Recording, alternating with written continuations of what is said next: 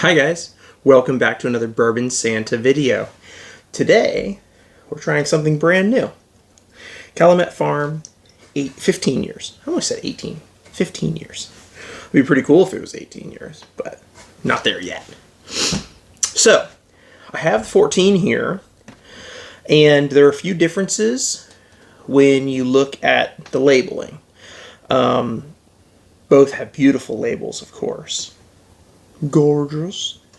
But on the 14 year, it has a barrel date at the bottom to let you know exactly when when the whiskey was barreled.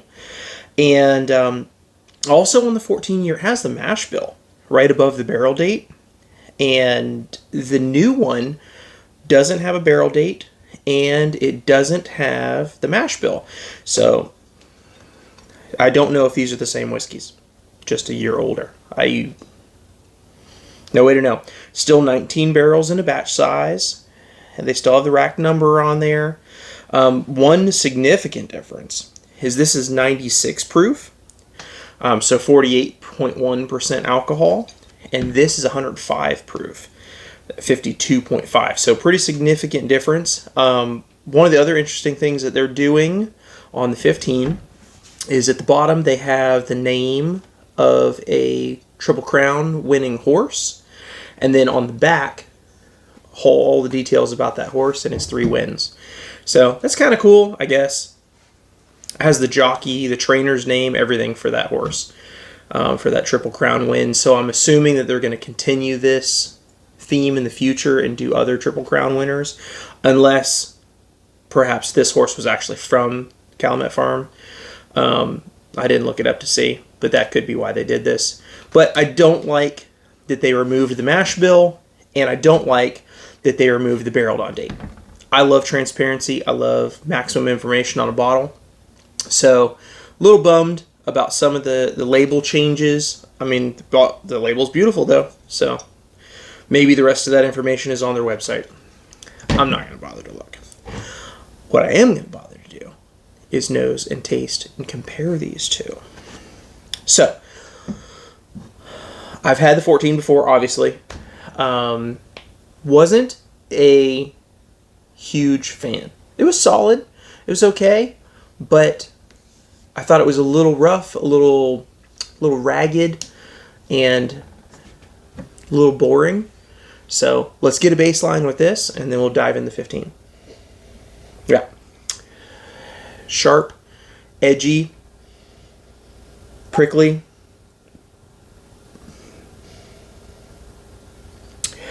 Cinnamon, brown sugar. Very spicy nose.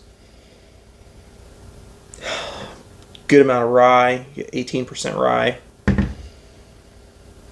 It's funny, I get the malted barley on this. There's a 8% malted barley, and I can really pick that up on this one. But it's just a little prickly, a little disjointed. Like the 19 different barrels were kind of fighting with each other a little bit.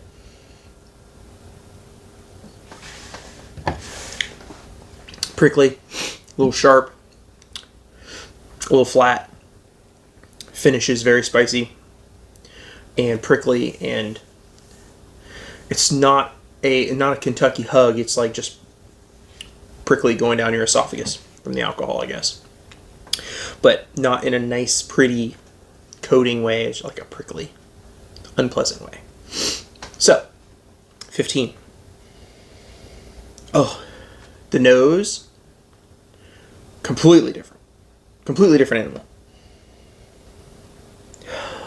Dark, rich, viscous, like caramel, tons of cherry, like syrup, something really oily and syrupy. I'm picking up a really nice sweet rye note. Lots of oak, lots of burnt, toasted oak, charred oak, whatever. And a hint of, not s'mores, but like a burnt marshmallow. Definitely get a hint of a burnt marshmallow on the nose. Like, not the outside of the marshmallow of a burnt one, but when you busted open the inside. Let's taste it.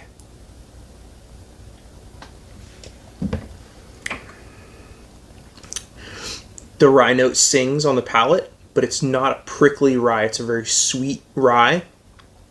It goes down your throat like you're swallowing oil. It's thick, super thick, super viscous. The oak is really nice. The oak is sweet, super, super sweet. There's nothing bitter. This one had that whole prickly feel in the chest. None. This just goes down nice. I get some of the same notes I get on Woodford Double Oaked here. Very oaky, but very sweet, very syrupy, very carameled, very vanillaed, very cherry, very sugared, super sweet.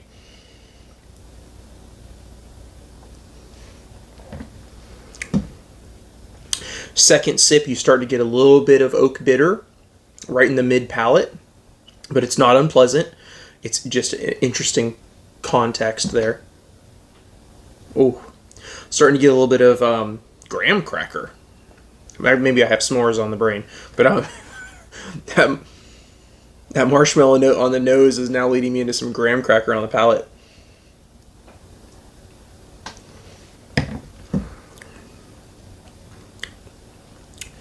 The rye spice and the oak spice, oak bitter, is showing up more and more with each subsequent taste.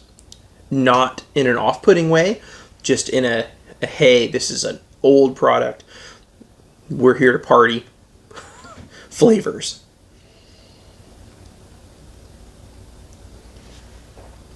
Oh, that's nice. That's very nice. And it's interesting, it keeps changing with each sip. The tasting experience keeps evolving. This is head and shoulders, in my opinion, better than the 14-year.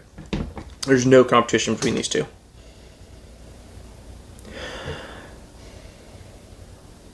Yeah.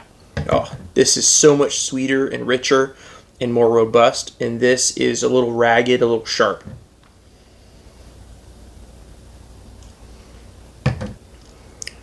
Same on the oh, yeah. Oh, this has an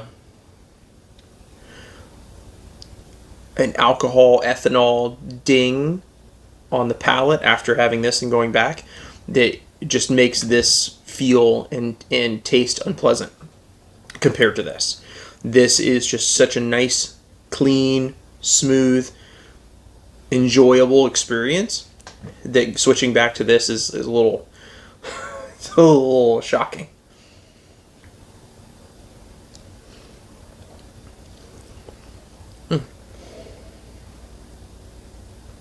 Getting a little bit of an apple note on the nose now, but that's interesting. I can't place what kind of apple, but it's like an apple peel. It's not Red Delicious. It's not Granny Smith. It's maybe Buttercrisp in that ballpark. The apples that are like half green, half red. The the ones a little bit yellow on them. Is that Buttercrisp? Fuji? I can't think of what that is. Anyway, I'm getting an apple peel note on this that's really nice. The rye note is just gorgeous on this whiskey.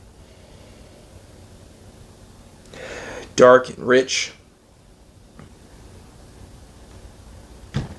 Almost getting hints of brownie batter now. Like, with a real strong note of the oil, of the vegetable oil with the brownie batter. And that might be just because I have brownies on the brain because I'm about to make a batch of brownies. I don't know. But this is really nice. Anyways, thanks for watching, guys. Until next time, have a great day.